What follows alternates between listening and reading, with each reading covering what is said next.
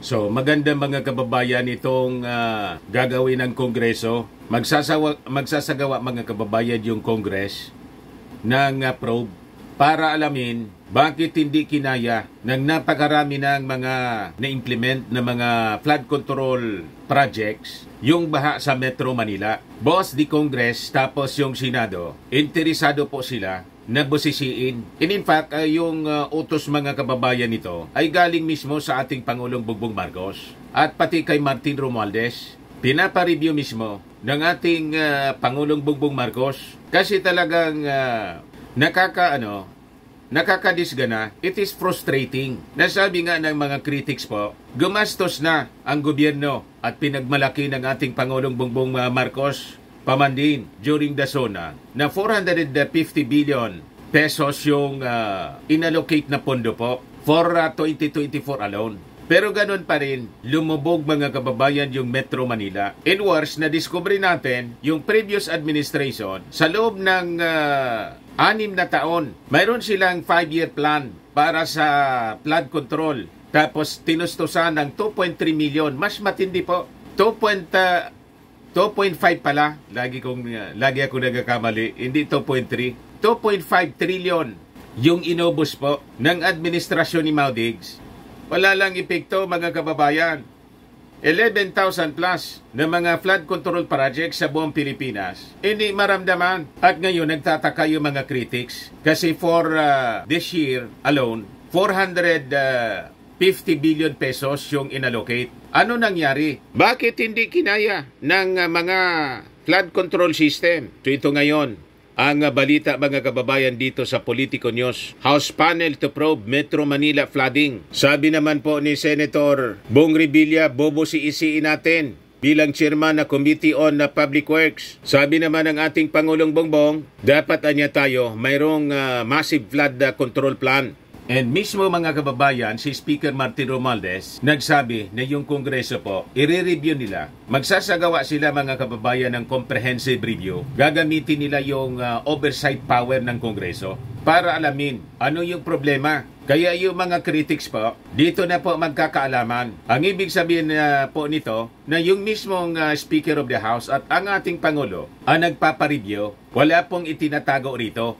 Tama pa? But before ko mga kababayan ibigay sa inyo ang full story ng mga balitang yan, click subscribe muna dito sa ating YouTube channel and hit the notification bell para lagi po kayong updated sa mga kaganapan dito sa ating bansa. Like and share na rin po ninyo ng ating video at huwag na rin po ninyo na skip yung ating mga commercial ads para tuloy-tuloy lang ang pag-unlad ng bagong Pilipinas. Sa mga naghanap po ng malinis and spacious fitness gym, pumunta lang po kayo sa aming Colossal Fitness Gym. We also offer Grab Car Rental with our brand new 2023 model ng Toyota Innova. We also accept booking for those who are planning to travel via PAL, Cebu Pacific, and other airline companies, and bills payment for Meralco Bills, PLDT, etc. Ang Colossal Fitness Gym is located at 3rd floor Security Bank Building, Landco Business Park, Legazpi City, Alpine. For inquiries, look for Jilon Maravillas. Contact number 0966-802-0949. Yan po yung aming Innova. Lagi na pong matao sa amin.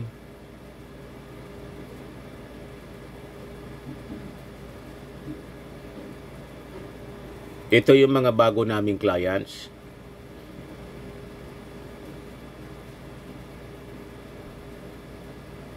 Mga British stories po sila. Ito international. Na-set up na rin po yung mga bago naming gym equipment. May treadmill na rin po kami. Ito naman po yung bagong product naming binibenta online. iGlow Serum. Made in South Korea po siya. Whitening po siya. Tingnan ninyo ang epekto sa aking anak na architect entrepreneur. Sa mga inquiries ninyo, dumiretso na lang kayo sa kanyang messenger, Riz Maravillas on FB. Ito naman po, Firmax Firming and Lifting Cream, pinapahid po sa mga pulses in affected area. Mainam po ito sa paninigas na mga kasukasuan, pati sa mga pains. Ito naman po, Automax Radiant Serum. Sa mukha yung application, anti-aging po siya. You will look 10 years younger than your age. Sa mga cancer patients naman po, baka lang gusto ninyo itong itry. Ningxia Red Mix Fruit Drink. Hindi man po siya gamot, food supplement siya. Kaya lang, gawa siya mga kababayan sa goji berry. Yung goji berry, may anti-cancer properties. Yung mga inquiries ninyo, dumiretso na lang kayo sa aming messenger sa Facebook para masagot namin agad. Ayos pa? Ayos na ayos anya, Mr. Maravillas. O balikan natin mga kababayan yung ating kwento. So magsasagawa po ng probe yung Congress natin kung bakit hindi kinaya ng mga flood control system yung matinding baha. So tama po ito mga kababayan na gagawin ng Kongreso. So ang ibig sabihin, walang intensyon na pagtakpan ng ating administrasyon. Dapat alamin, dapat transparent po tayo. May authority mismo, yung Speaker of the House at mismo yung ating Pangulong Bongbong Marcos. Makikita natin dito kung may mga dapat managot mga kababayan. Kasi sinasabi ng mga critics, lang mga nausog po, nasaan na niya yung mga flood control projects na binibida, ipinagyayabag ng ating Pangulong Bongbong Marcos. 5,500 na flood control projects. Pero ang totoo niyan, nationwide po yon. It's not concentrated sa Metro Manila alone. Tama po? So, parte ng 5,500 sa Metro Manila. Kaya nga po kailangang ripasuhin. Bakit hindi siya naging effective? At yun mismo ang sinabi ng ating Pangulong Bongbong Marcos sa kanyang pag-ikot. Ano ang nangyari? So, ginagamit ito na propaganda ng mga nausog mga kababayan. Kasi gusto nilang iakusa yung ating administrasyon ng pagnanakaw. Just the same, yung mga naunang panahon. Ang bilis nilang mag-akusa, pero ayaw nilang tingnan kung bakit despite 2.3 trillion ang budget na inubos ng previous administration sa mga flood control projects all throughout the country and 11,430 flood control projects siguradong may sa Metro Manila na inimplement po ang administrasyon ni Maudigs. Ang tanong, ano nangyari doon? Hindi nga mag 1/4, sabi nga natin, 440 billion yung administrasyong Bongbong. 2.8 trillion ang previous administration. Pagkatapos, ang ginagamit nilang propaganda po, yung 450 billion, gusto nilang pasamain ang ating administrasyon, pero ayaw nilang tingnan kung ano nangyari sa 2.3 trillion pesos na inobos ng previous administration. Yan ang mali sa kanila eh. Kaya po, we appeal to Congress, kalkalin ninyo po, pati yung mga previous administrations. Kasi ang tagal-tagal na po ang na problemang ito sa pagbabaha, hindi man po nila nasolusyonan. And ngayon, ang demand mga kababayan ng mga nausog, nitong mga critics, in 2 years time, solusyonan ng ating Pangulong Bongbong Marcos. Hindi nga nasilusyonan sa 6 years ni Maudigs. Nagdemand kayo ng 2 years, solusyonan. Anong klaseng mga tao kayo? Parang yung sa droga mga kababayan. Hindi ninyo na solusyonan sa 6 years. Nagdidemand kayong solusyonan sa 2 years ng ating Pangulong Bongbong. Pati yung issue sa pagkain. Bakit sa administrasyon ninyo, napababa ninyo yung presyo ng bigas? Di ba hindi? Sige, hanap nila ng diferensya. Pero yung ating Pangulong Bongbong mga kababayan, lahat lang solusyon. Solution-oriented po yung ating Pangulong Bongbong. Kaya statement ng ating Pangulo, tiningnan ko anya, marami naman tayo, napakarami ng flood control projects na implement natin. Talaga anyang hindi kinaya sa sobrang dami ng tubig ulan. Na-aggravate pa ng matinding basura sa paligid na bumara sa ating mga flood control system. So yun na-identify ng ating Pangulong Bongbong. But just the same, kailangan po yung comprehensive review. So ito na nga po, the committee chairperson po ng Public Works sa Congress, si Manila Representative Rolando Valeriano, nagsabi na i-assess nila yung extent ng damage po ng baha sa Metro Manila. Una sa lahat anya, kailangang magbigay ng paliwanag ang ating mga ahensya gaya ng DPWH at ng MMDA. Kung bakit hindi kinaya ng ating flood control systems ang buhos ng ulan ni Bagyong Karina. Tama po, para tama yung magiging solusyon po sa problema. Yung previous administration, implement lang po ng implement. Walang ganitong comprehensive review kasi yung tutok nila, iba man po, tukang-tukang lang lagi. EJK, tukang-tukang.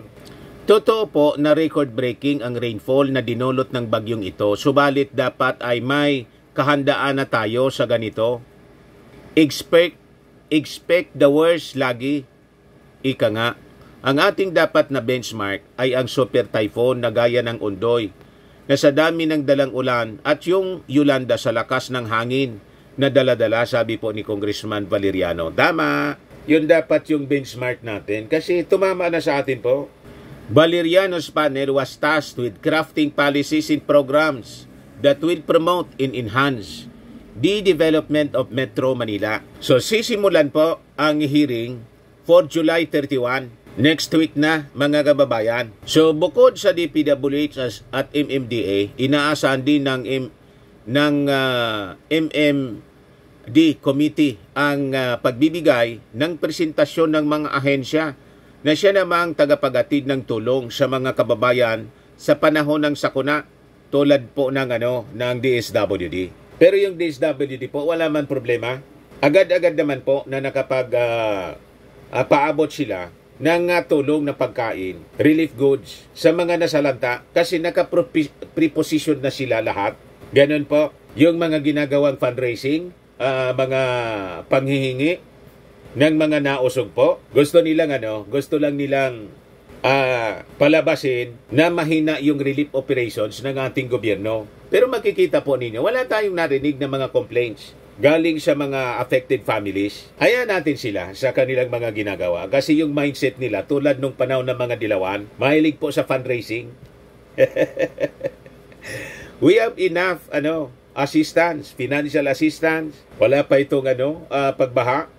Yung ating Pangulo at si Martin Romualdez ikot ng ikot because of the effect ng El Nino. Sige po, distribute ng relief. So, paano magkulang sa relief operation? Gusto lang nilang palabasin na mahina ang relief operation. Pero wala mang maniwala po sa kanila kasi wala mang reklamo tayong naririnig. Tama pa? Ganun ang style ng mga nausog po nitong mga DDS. Pagkatapos ngayon, depensa sila ng depensa kay Inday na imbes na i-cancel muna yung kanyang lakad na pribadong pagbakasyon po, pumuslit ng ating bansa sa gitna mismo ng kasagsagan ng pagbaha sa Metro Manila. So damage control sila, mga kababayan. Gusto nilang siraan yung ating administrasyon para pagtakpan yung pagkukulang po ni Inday. Huwag kami, tapos sasabihin nila, hinahanap si Inday. Siyempre, kasi hindi makita. Buti pa si Leni, hindi mananalo. Wala sa gobyerno, pero visible. Talo lang si Leni, mga kababayan. Pero si Inday, binoto ng 32 million. Kasi 31 million yan, mga Marcos supporters. Iniwan lang yung 32 million voters niya. Mas priority niya yung pribado niyang lakad kaysa sa kalagayan ng ating mga mamamayan. Di ba yun ang lumalabas? Yes, sabi ni Edsel, Congressman Edsel Lagman, walaan niya si Inday na empathy. Walang concern. Diyan anya nasusukat ang isang public servant kung ano siya. Sa panahon anya ng emergencies, kung ano yung kanyang ginagawa. Tama. Huwag kami mga nausog. Mas lutang pa kayo kaysa kay Leni Robredo. Kaya sabi ng iba, pinanindigan na niya ni Inday yung kanyang appointment, self-appointed designated survivor. Malamang niya sa kada emergency para siya ligtas. Puposlit siya sa gitna ng emergency. Iiwanan niya yung mga Filipino. O diba? Kasi designated survivor, naghihintay na to make over. Yun na lang ang iniintay ni Inday, mga kababayan. Ang mas mahalaga, sabi ng congressman, ang kailangan nating marinig ay ang long-term na plano at programa ng mga ahensyang ito. Ang ultimate solution ay prevention. Ang hindi na maranasan ng paulit-ulit ang ganitong sitwasyon. Kaawa-awa naman ang ating mga kababayan na parang laging nagre-reboot ang mga buhay sa tuwing may darating na bagyo. Tama po, at sayang pati ng resources ng ating gobyerno. Naubos na lang po sa mga relief operation, rehabilitation, paulit-ulit. Kailangan talaga prevention. long term para makasave tayo ng pondo at yung pondo sa susunod ng ating gobyerno magagamit po sa pagpaprogreso ng ating bansa. Kaya sabi naman po ni Senador Bong Revilla, bobosisiin natin bilang Chairman Committee on Public Works ang mga nangyari at dahilan sa likod ng naganap na matinding pagbaha. Hindi dapat ito maulit. Umpisa pa lamang ng taon ay pinaalalahanan na natin ang DPWH at ang MMDA na isaayos ang mga infrastruktura at drainage at agaran natin naman silang tumugon at inihanda na nila ang mga ito. Sa kabila niyan, nakita natin ang matinding epekto at abala ng habagat. Tama po. Kaya sabi ng ating Pangulo, I think kailangan nating i-update. I-update na natin yung ating komprehensibong plano sa flood control. At hindi dapat ito programa lang ng isang lungsod o isang munisipyo. Dapat ito massive. Kailangang komprehensibo, malawakan siya, by region siya. Yan ang sabi ng ating Pangulo. Marcos Ice Massive Flood Control Plan. Yan yung kanyang inspection na ginawa. Sige ang ikot niya po ngayon. Halos hindi na mamahinga yung ating Pangulong Bongbong Marcos after the SONA. Before and after the SONA. Before the SONA, yung pamimigay ng ayuda sa mga nasalanta ng El Nino phenomenon. All throughout the country, inikot mga kababayan ng ating Pangulo at ni Speaker Martin Romualdez kasama yung whole bureaucracy. Namigay ng mga titulo ng lupa, namigay ng mga dagdag kapital, trabaho, etc. etc. Assistance sa mga farmers tulad ng mga traktura para mabilis na makarecover mga kababayan sa El Nino yung ating agrikultura. And this time, we have this massive flooding. Tuloy-tuloy ang pag-inspeksyon ng ating Pangulo para makakam up po ng comprehensive plan. Kaya sabi niya, ang flood control niya has to be a big plan. It will have to be a national plan niya. Now especially when it comes to Mindanao, we will see what to do.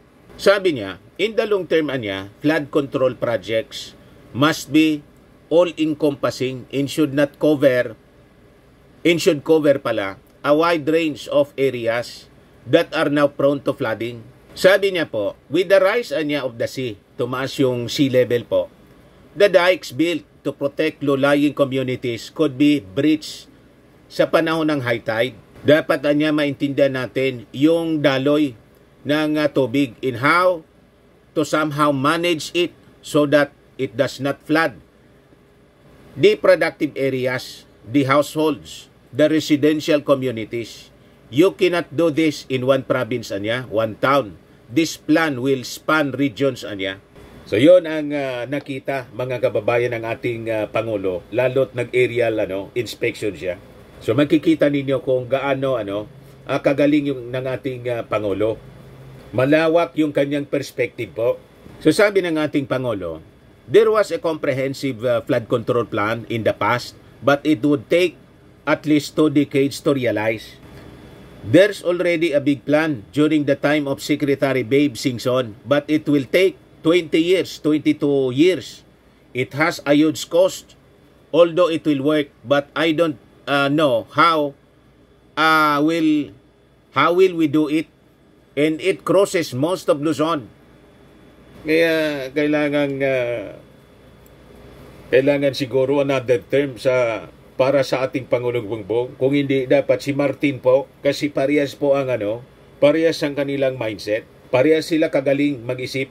Pag tumikover po pro-China, ay gagawin pong tulad ng South China Sea.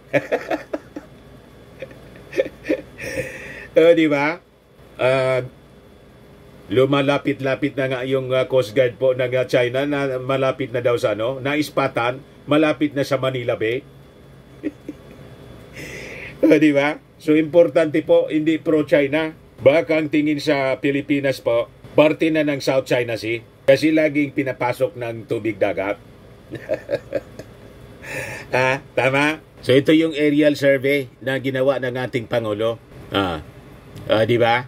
Matindi, mga kababayan, yung paglubog sa baha. Kalsada siya, nawala po, naging dagat na lahat. Ganyan ang ating Pangulong Bongbong. Malawak kasi yung kanyang experience po. At nakita niya sa kanyang tatay kung paano gawin yung mga plano, flood control projects. Karamihan po, na-design po siya panahon ng kanyang tatay. So kailangan lang na i-update kasi nagkaroon tayo ng rapid urbanization. Sabi nga natin po, paano hindi tayo bahain other than yung basura at malalakas na buhos ng ulan because of the climate change na sinasabi. Lahat na po ng spaces po sa Metro Manila, lahat sinimento. Saan pa pupunta yung tubig? Hindi na ma-absorb ng lupa kasi yung lupa naging simentado na. Wala man lang open space para mag-absorb ng rainwater. O, di ba? That's common sense, mga kababayan. Siniminto mo lahat, wala kang tinirang open space para mag-absorb ng tubig, asa ka pa, tapos yung mga drainage sa kanal, barado ng basura. O kung hindi, yung design maliliit, sabayan pa ng korupsyon. Tapos, mga kababayan, bumaha mga kababayan ng kwarta sa bulsa. So, kailangan talaga na imbestigahan ng ating Kongreso at ng Senado. Saan napunta? Bakit nagkaganon? Bakit hindi naging effective?